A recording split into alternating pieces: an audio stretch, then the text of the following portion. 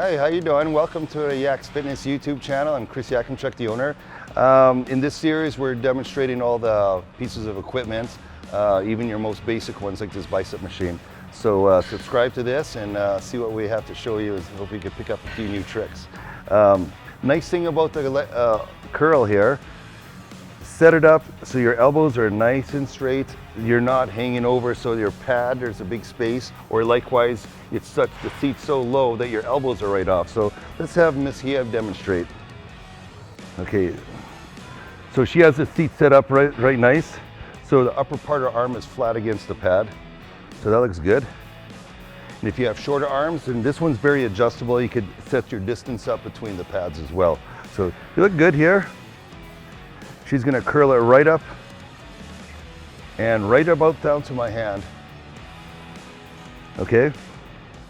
So essentially a full range of motion. Now with the bicep curl in particular, just like the leg curl machine, the tendons attach on the lower appendage very similarly. So when you're in a contracted position, no problem. When you're extended, that's when you could have a problem. So don't bounce off the bottom. Keep it engaged. So I always tell people if you're going to 180 degrees, go like 178.5, 179.5, enough to keep it a little bit engaged and then return it.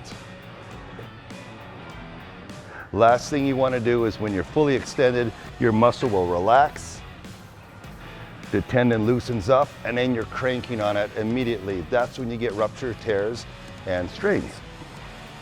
Looks good, nice and safe, and really squeezing. 15 reps, are you burning? Yes. Okay, good.